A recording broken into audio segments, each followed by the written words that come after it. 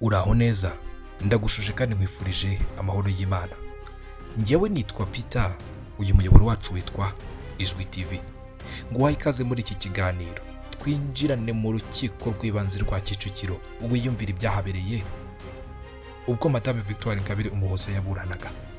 Turabanza gusubira inyuma ho gatoya. Mu mwaka wa 2022 nibwo u Rwanda rwakiriye inama yahuje abakuru b'ibihugu na za guverinoma bigize umuryango w'ibihugu bikoresha ururimi rw'icyongereza, uyu muryango uzwi nka Commonwealth. Iyi nama yo izwi nka CHOGM. Ni inama benshi batifuzaga ko u Rwanda rwakira, harimo n'abarwanya ubutegetsi bw'u Rwanda n'abatarwifuriza neza. Nubwo bitabujije ko iba kandi ikagenda neza, ubwo haburanishwaga urubanza rwa Madame Ingabire Victoire Umuhoza kubijyanye n'ifungwa n'ifungurwa ry'agateganyo. Madame Ingabire Victoire Umuhoza wiyita umunyepolitiki utavuga rumwe n'ubutegetsi, ubushinjacyaha bwagaragaje ko mu byaha aregwa harimo icyo gutanga amakuru atari ukuri cyangwa icengezamatwara rigamije kwangisha leta y'u Rwanda mu bihugu by'amahanga. Bwasobanuye ko icyo cyaha cyakozwe ubwo u Rwanda rwiteguraga kwakira inama ya CHOGM, aho Madame Ingabire Victoire Umuhoza n'abambari be bateguye uburyo bazakora imyigaragambyo mu gushaka kugaragaza ko mu Rwanda nta mutekano uhari mu gihe cy'icyorezo cya COVID-19. Kandi uyu munyepolitike utemewe ndetse wiyitawe kubera ko nta mirimo ya politiki akora mu gihugu cy'u Rwanda, Ingabire Victoire Umuhoza ngo yateguye uko hahamagazwa abaturage benshi bizejwe inkunga y'ibiribwa, ariko agahitamo kubakoresha abigaragambya. Ubushinjacyaha bwagaragaje ko ishyaka rya Ingabire Victoire Umuhoza iringiri ryitwa FDU inkingi ryifatanyije n'imitwe irwanya leta y'u Rwanda irimo Rudi Urunana, P5 na RNC hagamijwe kugirira nabo ubutegetsi buriho mu gihugu cy'u Rwanda. Bwerekanye ko imigambi ye ikimara kumenyekana yahise ahindura ishyaka, ashinga iryo yise Darfa umurinzi. Abari abayoboke be mu gihugu aba ari ryo bagumamo. Ubushinjacyaha kandi bwavuze ko Madame Ingabire Victoire Umuhoza yiyemeje gukoresha imbaraga zose zaba iz'igisirikare ndetse n'izindi ngo agere ku butegetsi. Ibyo byatumye nyuma yo kubona ko inzira y'imbaraga za gisirikare imupfubanye, ashaka gukoresha imyigaragambyo. Uko niko Madame Ingabire Victoire Umuhoza yemereye amahugurwa y'icyongereza uwitwa Nzabandora Boniface wamufashaga cyane mu kwakira abamugana. Mu mwaka wa 2020 uwitwa Sibomana Sylvain yahamagaye Nzabandora Boniface ko ya mahugurwa yemerewe agiye kuba, ndetse arayitabira, ariko aza gusanga ari amahugurwa agamije gucura umugambi wo gukora ibyaha. Sibomana Sylvain niwe wari umuhuzabikorwa w'amahugurwa, ariko agahabwa amabwiriza n'uwitwa Assumpta afatanyije na Ingabire Victoire Umuhoza, kuko hari ibiganiro byagiye biba hagati yabo. Bwavuze ko Madame Ingabire Victoire Umuhoza yaguriye Hagenimana Hamadi telefone igezweho ngo azabashe kwitabira ayo mahugurwa, yaragamije kwigisha abayobozi b'ishyaka ibijyanye no gukora imyigaragambyo ndetse n'ingamba n'uburyo bwo guhirika ngo ubutegetsi. Muri ayo mahugurwa ngo bigiyemo uburyo bwinshi bwakoreshwa mu gukuraho ubutegetsi hadakoreshejwe intwaro, ahubwo hakoreshejwe imyigaragambyo. Hagaragajwe ibibazo abantu bahuriyeho byashingirwaho mu gukangurira abantu muri gahunda yabo yo kwigaragambya, birimo imisoro ihanitse, kwamburwa gakondo yabo, kutagira ijambo mu byemezo ngo bibakorerwa n'ibindi bitandukanye. Bwagaragarije urukiko ko witwa Assumpta yandikiye Madame Ingabire Victoire Umuhoza amugisha inama y'ibyo bazakora ku munsi wa Ingabire Day, nawe abyoherereza uwitwa Sibomana Sylvain wari umuhuzabikorwa. Ikindi kimenyetso cyatanzwe n'ubushinjacyaha ni ikiganiro cyakozwe na Mimi abitegetswe na Madame Ingabire Victoire Umuhoza, cyatambutse ku muyoboro witwa Umubavu TV wa Nsengimana Theoneste, kirimo amakuru y'ibihuha yuko hari abantu bicwa abandi bagafungwa bazira ngo ubusa. Hagaragajwe kandi ko hari ubuhamya bwatanzwe n'uwitwa Munyabugingo Gaston wavuze ko Madame Ingabire Victoire Umuhoza yabonye gukoresha imbaraga za gisirikare byanze bidashoboka, ahindura inzira y'imyigaragambyo. Ingabire Victoire Umuhoza yumvikanye mu bikorwa bigamije kubuza umudendezo u Rwanda akorana n'imitwe yemejwe nk'iyi iterabwoba. Ubundi ubushinjacyaha bwavuze ko bumusabira gufungwa by'agateganyo kuko ashobora ngo gutoroka ubutabera kubera uburemere bw'ibyaha akekwaho no kuba hari n'ibyagezweho mu gihe cy'iperereza ubwo bushinjacyaha bwakoze. Ku cyaha cyo gushyiraho umutwe w'abagizi ba nabi cyangwa kuwujyamo, bwagaragaje ko ubuhamya bwa Nzabandora Boniface wari uhagarariye Darfur Murinzi mu burasirazuba yemeje ko Umuhoza Victoire Ingabire yagize uruhare mu itegurwa ry'amahugurwa. Bwerekanye ko mu buryo bwo kujijisha abayitabiriye bakoresheje amazina mahimbano kuko bari bazi ko ibyo bari gukora ari bibi. Hanagaragajwe kuba ibitero byagabwe na Rudurunana na P5 bigahitana abantu kandi bigizwemo uruhare n'uyu munyepolitike nk'uko yiyita Madame Ingabire Victoire Umuhoza. Bwavuze ko hari amajwi ya audio ya Ingabire Victoire Umuhoza avugana n'umunyamakuru 89.5 FM witwa KURI, aho Ingabire yemera ko ari umuyobozi wa FDU inkingi ryihuje na P5 kandi inkiko zemeje ko uhungabanya umutekano w'u Rwanda mu bihe bitandukanye. Bwerekanye kandi ko Rudi urunani gabi ibitero byo mu Kinigi byahitanye abantu 15 muri Werurwe y'umwaka wa 2019. Wayiyoboraga yagaragaje ko bafitanye umubano na FDU inkingi y'uyu munyepolitike Madame Ingabire Victoire Umuhoza nk'uko nawe akunda kubyiyita kenshi gashoboka. Hari kandi inyandiko mvugo z'abarezwe barimo Kananura Freddy, Mvano Emmanuel, Ndakebuka Donatien bavuga ko hari abarwanyi baturutse muri FDU inkingi. Madame Ingabire Victoire Umuhoza yavuze ko yayitandukanyije na FDU inkingi nyuma yo kubona ko ikorana n'imitwe ihungabanya umutekano w'u Rwanda kuko byari byakozwe ubwo yari afunzwe. Maître Gatera Gashabana umwunganira yavuze ko nta bimenyetso ubushinjacyaha bwatanga bishinja umukiriya we. Yavuze ko ubuhamya bwa Nzabandora butahabwa ishingiro kuko ari umuntu wabanye na Ingabire akaza kuva iwe yirukanwe. Ikindi yagaragaje ko uburyo yafashe ibimenyetso nta burenganzira yahawe bikaba bigize icyaha kandi bidakwiye guhabwa agaciro mu rubanza. Gucura umugambi wo kugirira nabo ubutegetsi buriho, ubushinjacyaha bwavuze ko telefone ya Sibomana Sylvain hagaragayemo ubutumwa bugaragaza ibiganiro hagati ye n'uwitwa Mukecuru, uyu ni Madame Ingabire Victoire Umuhoza, amugira inama yo gukwirakwiza za tract bagakoresha abari bahuguwe byagombaga gutangira gukorwa ku munsi bise wa Ingabire Day ku itariki ya 14 z'ukwezi k'Ukwakira umwaka w'ibihumbi 2021.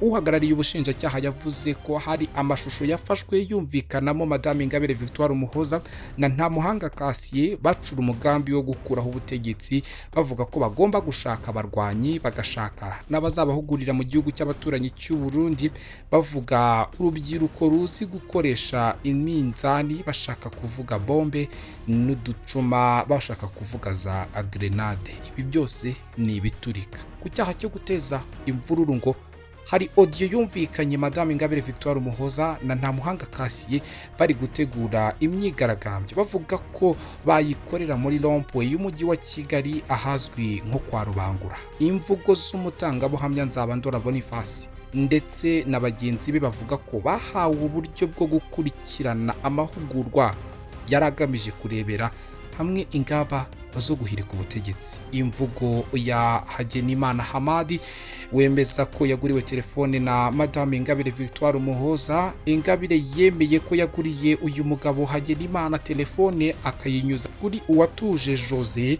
ariko akavuga ko yayiguze mbere y'amahugurwa, bityo ubushinjacyaha bugikomeje iperereza. Hari kandi ikiganiro cyasohowe n'Umubavu TV kigamije kubiba umwiryane muri rubanda na audio yo ku itariki ya 14 z'ukwezi kwa Nzeri umwaka wa 2021 yumvikanamo abakoranaga amahugurwa yari agamije gushyira mu bikorwa umugambi wabo. Ku cyaha cyo gucura umugambi no kwigaragambya, hari amajwi ya Ingabire wavufante na Ntamuhanga Cassier wavuze ko ategura imyigaragambyo ngo bigaragare ko nta mutekano uri mu gihugu. Kuba umutangabuhamya yaravuze harimo imyigaragambyo yagombaga gutangira gukorwa kuri Ingabire Day. Kuva Madame Ingabire Victoire Umuhoza yarahaye Sibomana Sylvie amabwiriza yo gusaba abantu gukwirakwiza za tracte zanditseho ngo umunyarwanda niyubahwe, ubushinjacyaha busanga hari impamvu zihariye kandi zagezweho zituma hakekwa ko Madame Ingabire Victoire Umuhoza yaba ari we wakoze ibi byaha, bukagaragaza ko bushingiye ku mpungenge zo kuba yatoroka, bugasaba ko yafungwa iminsi 30 y'iperereza rigakomeza kandi akaba yashyikirizwa urukiko rubifitiye ububasha ngo aburanishwe mu mizi. Madame Ingabire Victoire Umuhoza yavuze ko adashobora gutoroka ubutabera kuko nibyo akurikiranweho byari bimaze igihe kandi atigeze agerageza gutoroka. Yavuze ko nta gahunda yo guhunga igihugu afite, ngo kuko aho kujya mu mahanga yakemera kwibera muri gereza mu gihugu. Mu magambo yati aho kuba hanze nahitamo kwibera muri gereza. Yavuze ko hari ibyaha atakabaye akurikiranyweho kuko byashaje hatabayeho ikurikirana cyaha nko ku cyaha cyo gutangaza amakuru y'ibihuha no gucura umugambi wo gukora imyigaragambyo. Yongeye guhakana ko amahugurwa yabaye yateguwe n'ishyaka Darufu Murinzi kandi ko we ataranayazi, bityo ko adakwiye kubazwa ibyayavugiwemo. Umwunganizi we mu mategeko uyu ni bwana Maître Gatera Gashabana yavuze ko kuvuga ko hari impungenge ko yatoroka nta shingiro bifite, agasaba urukiko ko rwategeka umukiriya we akarekurwa agakurikiranwa ari hanze. Icyemezo cy'urukiko cyatangajwe ku itariki ya 18 ku isaha y'8. Turabikubwira nabyo mbere yuko bijyaho. Tabanza nkubwire ko ibyaha Ingabire Victoire Umuhoza akurikiranweho n'ubutabera bigaruka ku gushaka kugirira nabo ubutegetsi buriho na Perezida wa Repubulika no guteza imvururu cyangwa imidugararo muri rubanda. Ibi byose bikomoka ku bikorwa we n'abambari be bo muri Darufu Murinzi bakoraga bategura uko umugambi wabo uzagerwaho. Bari bafite gahunda bise intumbero y'ejo hazaza, ibikubiyemo uko ibikorwa byabo bizakorwa. Aba bambari ba Madame Ingabire Victoire Umuhoza bakoranaga amahugurwa anyuze mu nzira enye. Bumvaga ko azabafasha mu gukuraho ubutegetsi. Izo nzira zirimo iyo bise mobilization and persuasion, bivuga ko bigaga uburyo batangiza ibikorwa bitagira ingaruka ariko bigamije gutinyura abaturage bagahangana n'ubutegetsi bitubwe igitugu buriho mu gihugu cy'u Rwanda. Indi nzira ni imyigaragambyo hagamijwe kugaragaza ko bahari kandi biteguye ngo guhangana na leta y'u Rwanda. Inzira ya gatatu niyo bise non cooperation tactic, ishingiye ku kutumvira gahunda za leta zose zarimo no kwanga gutanga imisoro no kwigomeka ku bindi bikorwa bya leta n'ibicuruzwa birimo nka made in Rwanda cyangwa se ibikorerwa mu Rwanda. Harimo kandi n'indi nzira bise dilemma, bavugaga ko bazatangira kuyikoresha bamaze kubona umubare munini w'abayoboke kuko yo ifite ingaruka nyinshi. Ahanini ngo ibigamije gushyira leta mu gihirahiro aho bakora ibintu bigacanga ubutegetsi cyangwa leta ikabura icyo ikora. Tariki ya 24 z'ukwezi kwa 9 mwaka wa 2021 abambari ba Madame Ingabire Victoire Umuhoza bahuriye mu nama yakorewe kuri murandasi cyangwa internet bagaruka ku byavuye mu mahugurwa yabaye mu minsi yarishize y'uburyo gahunda yabo izashyirwa mu bikorwa. Ayo mahugurwa yabaye biga ku bitabo byanditswe n'umunyaserbia Sergio Popovic wagize uruhare mu gukuraho ubutegetsi bwa Slobodan Milosevic. Ibyo bitabo bikubiyemo uburyo bwo gukuraho ngo ubutegetsi. Ayo mahugurwa bayahawe na Popovic afatanyije n'undi wari wiyise izina rya Sandra, basobanura neza ngo uburyo bwo guhirika ubutegetsi. Abari bitabiriye iyo nama yo kureba umusanzu w'amahugurwa barimo abantu bo muri Darufu Murinzi, ishyaka ritemewe rya Madame Ingabire Victoire Umuhoza, abo muri Jambo ASBL, itsinda rigizwe n'abarwanya ubutegetsi bw'u Rwanda baba mu Bubiligi, abiyita abaryankuna n'abandi batandukanye. Bose bari bakoresheje amazina atariyo. Mwicukumbura ryakozwe rimaze no kumva ibyavugiwe mu rubanza rwa Madame Ingabire Victoire Umuhoza, wari uyoboye ngo inama wiyise VD yabwiye abitabiriye ko ibyo bize hagati y'itariki ya 20 n'itariki ya 23 z'uko kwezi kwanze uwo mwaka w'2021 bishingiye ku cyo bise Vision of Tomorrow, cyangwa mu kinyarwanda tugenekereje intumbero y'ejo hazaza, intumbero yo gukuraho ubutegetsi bw'u Rwanda. Byose bavuze ko bagomba kuzashyira mu bikorwa umugambi bemeranyije wo guhirika ubutegetsi nta ntwaro zikoreshejwe, ahubwo bifashishije ubumenyi bahawe mu mahugurwa yamaze ngo iminsi 8. Abaye bitabiriye iyo nama bari mu matsinda 4. Itsinda rya mbere ryari riyobowe n'uwiyise 88, gusa bikekwa ko ari umwe mu barwanya ubutegetsi bw'u Rwanda baba mu gihugu cy'Ububirigi. Muri iyo nama yo kurebera hamwe ibyizwe, yavuze ko mu itsinda rye yasanze bazakoresha uburyo bise shira ubwoba udahungetwa ugahungeta. Ni igikorwa bize ko cyagombaga kwibanda ku cyiciro cy'abazunguzayi bakunze guhungetwa kubera irondo ry'isuku, aho ngo bazumvisha abo baturage ko ari bo mwanda leta ngo ishaka kwikiza. Bagarutse ku bayobozi b'inzego z'ibanze ngo kuko basanze ko bakunda guhungetwa kubera inzego z'ibanze. Biyemeje ko bazahimba indirimbo ivuga ku mibereho mibi y'abazunguzayi, igahimbirwa hanze y'u Rwanda, hanyuma igakwirakwizwa mu bantu benshi mu Rwanda mu icengezamatwara. Bari bavuze ko bazashyiraho amahugurwa yo kuririmba, bityo hakazatangwa ibihembo ku muntu uzaba waririmbye neza kurusha abandi. Muri iryo cengezamatwara uyu 88 yavuze ko inyungu bitezemo ari ugukuraho icyo bise popularity, cyangwa se ubwamamare no gukurikirwa n'inzego za leta ku mbuga nkoranyambaga. Itsinda rya kabiri ryari riyobowe n'uwiyise Michael. Muri iyo nama yo kurebera hamwe uko amahugurwa yagenze, yavuze ko bahisemo operasiyo Serwakira, izibanda ku bantu bafite ibibazo by'ubutaka, hanyuma bakazanakora indi ijyanye n'icengezamatwara. Ubu ngo bagombaga gukora gahunda yabo mu bice bibiri, aho igice cya mbere hagombaga gukorwa ngo impapuro zanditseho ibintu bakazikwirakwiza ahantu hatandukanye mu gihugu hose.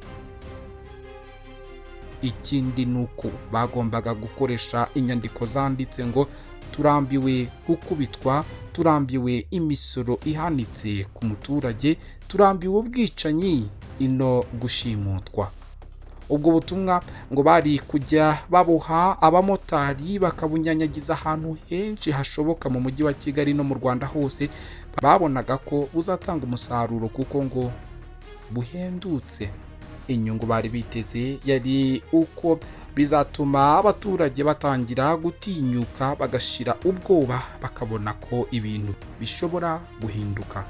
Byagombaga gukurikirwa n'izindi mbuga nkoranyambaga zari gushingwa bamaze kubona ko ibintu bishoboka. Muri iryo tsinda uyise Salome yavuze ko baba bihanangirije leta mu buryo bukomeye, ikabona ko bariho kandi bakora ku buryo ibyuko yatekereza ko nta muntu wayihangara ibona ko bidashoboka. Itsinda rya kane ryari riyobowe n'uwiyise Penino.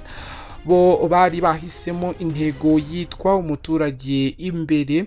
Yavuze ko FPR Inkotanyi ifite intego ivuga ngo umuturage ku isonga, ariko bo bagombaga kumushyira imbere. Bavuze ko bazakoresha inyandiko bakandikaho amagambo akurikira: kwamburwa ubutaka, kwakwa imisoro y'ikirenga no gukubitwa kw'abazunguzayi. Banavuze ko bazanakoresha n'andi mayeri yo kwigomeka kuri leta bakanga gahunda zayo. Banatanze urugero ko bazifashisha ibyabaye Kangondo, ahimuwe abaturage bari batuye ahashyira ubuzima bwabo mu kaga, bagakoresha ngo imipira y'icyatsi yanditseho ngo gakondo yacu, bakayambara mu rubanza rwabo, ariko bigakorerwa rimwe mu gihugu hose, kwerekana ko n'ahandi hose leta yambura abaturage ubutaka bwabo, atari Kangondo gusa. Ayo ni amagambo yavuzwe na Sibomana Sylvain wari umuhuzabikorwa ku rwego rw'igihugu wa Darufa Umurinzi. Itsinda rya kane ryavuze ko rizashaka impirimbanyi zikajya mu bazunguzayi gukora ibikorwa by'icengezamatwara nyuma yaho buri tsinda rigaragaje ibyo rizakora habayeho umwanya wo gutanga ibitekerezo. Maze uwiyise Grace, izina rye rya nyakuri ryaje kumenyekana ko ari Sibomana Sylvain, wavuze ko nk'umuntu uri mu gihugu imbere ibyo kwambara imipira bidashoboka, ahubwo ko babanza gukora icengezamatwara mu baturage bahereye ku byiciro byihariye, ku isonga abamotari n'abazunguzayi. Yavuze ko ngo iyo ateze moto agenda akusanya amakuru, ukumva abantu bose baramaze kwanga leta, ahubwo ikibura ari imbarutso, bityo ko batangira gukora udukorwa duto two kwigisha abaturage no kwigomeka kuri leta. Yanatanze igitekerezo ko mu bantu barebwaho ari abanyamakuru ba mbere mu gihugu. Yakomeje avuga ko hari ingeri zigaragaza ko leta yatangiye kugira ubwoba. Avuga ko mu ishyingurwa ry'umuhanzi w'icyamamare wari umenyerewe mu njyana ya hip hop mu Rwanda Jay Polly, ngo abantu bari benshi kandi bitemewe cyane, ko hari mu gihe cya COVID-19, ngo ariko bakabareka kugira ngo badakoma rutenderi. Ati icyo tugomba kumenya nuko leta ifite ubwoba, nuko iyo urebye ibiri mu mitima y'abantu habaye akantu gato byashwanyuka bakabura uko babikora. Abandi batanze ibitekerezo muri iyo nama harimo uwiyise Moon na Brown, bari bashyigikiye ibyo kunyanyagiza mu gihugu inyandiko ziriho amagambo runaka. Uwo Moon yavugaga ko abimuhanga, akavuga ko bagomba kurya ikinyunguti FPR k'umubiri wose. Naho witwa Brown we yavuze ngo bazajya bambara maske na lunette byijimye n'ingofero, hanyuma ngo bagende bajugunya inyandiko hirya no hino.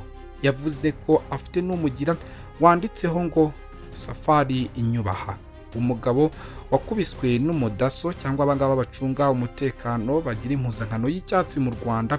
Uwitwa Guvara we yatanze igitekerezo ko mu kujugunya izo tract abantu bakwitonda, kuko leta yashyize ahantu za kamera, bityo ibyo bakora abajya babikora bashishoje. Twinjire mu cyemezo cy'urubanza, hanyuma nkubwire ko urukiko rw'ibanze rwa Kicukiro rumaze kumva ibi byose n'ibindi bitandukanye byagiye bivugirwa mu rubanza rw'uyu munyepolitike nk'uko yiyita Madame Ingabire Victoire Umuhoza, rwategetse ko afungwa iminsi 30 y'agateganyo mu gihe iperereza rikomeje ku byaha akurikiranweho. Urukiko ngo rwagaragaje ko ibyagezweho mu iperereza bihagije ngo Madame Ingabire Victoire Umuhoza akekweho kuba yarakoze ibyaha bitandukanye akurikiranweho ko ari 6, anafungwe by'agateganyo mu gihe akikurikiranwe n'ubutabera. Buriya akurikiranweho icyaha cyo gushyiraho umutwe w'abagizi ba nabi nk'uko twabivuze, guteza imvururu, kugirira nabi ubutegetsi buriho, gukwirakwiza amakuru atariyo cyangwa icengezamatwara rigamije kwangisha leta y'u Rwanda mu bihugu by'amahanga. Madame Ingabire Victoire Umuhoza kandi akurikiranweho icyaha ngo cyo gutangaza amakuru y'ibihuha, gucura umugambi wo gukora ibyaha byo kugirira nabi ubutegetsi buriho n'icyo kwigaragambya. Mwiburanisha rero ryari ryabaye ku itariki ya 15 z'uku kwezi kwa Nyakanga, ubushinjacyaha bwari bwamusabiye rwose ngo ko agomba gufungwa by'agateganyo, buvuga ko ashobora gutoroka ubutabera kubera uburemere bw'ibyaha akekwaho no kuba hari n'ibyagezweho mu gihe cy'iperereza bihagije bituma abikekwaho. Madame Ingabire Victoire n'umunyamategeko we wamuburaniraga Maître Gatera Gashabana baburanye bahakana ibyaha akurikiranweho, basaba ko yarekurwa agakurikiranwa ari hanze kuko adashobora gutoroka ubutabera. Abahoze ari abarwanyi b'umutwe wa Ruduruna n'abagabye igitero i Musanze mu kwezi k'Ukwakira k'umwaka wa 2019, hari umutangabuhamya wavuze ko ishyaka rya FDU inkingigo ryayoborwaga na Madame Ingabire Victoire byagiteye inkunga, kandi ko ubwo yashingaga irindi ryitwa Darufa Umurinzi yagiraga ngo bitagaragara ko yakigizemo uruhare. Urukiko rwemeje ko ibyagezweho mu iperereza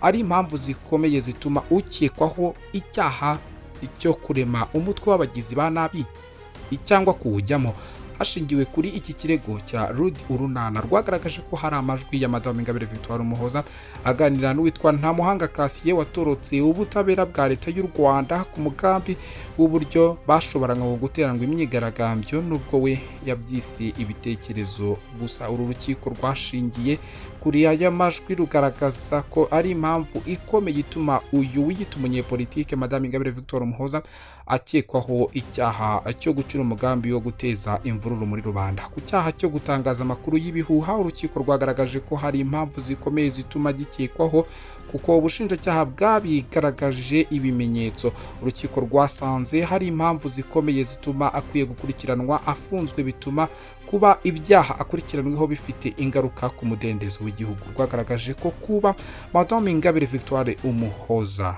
avuga ko agifite abamufasha kwizihiza umunsi wa Ingabire Day kandi ataratanze ibisobanuro by'uwo munsi n'akamaro ufitiye igihugu, no kuba ashobora gushyira mu ibikorwa yita ibya politike ari indi mpamvu akwiye gufungwa by'agateganyo. Urukiko kandi rwagaragaje ko uyu munyepolitike Madame Ingabire Victoire Umuhoza aramutse afunguwe by'agateganyo ashobora gusibanganya ibimenyetso bikabangamira iperereza rikomeje cyangwa agatoroka ubutabera.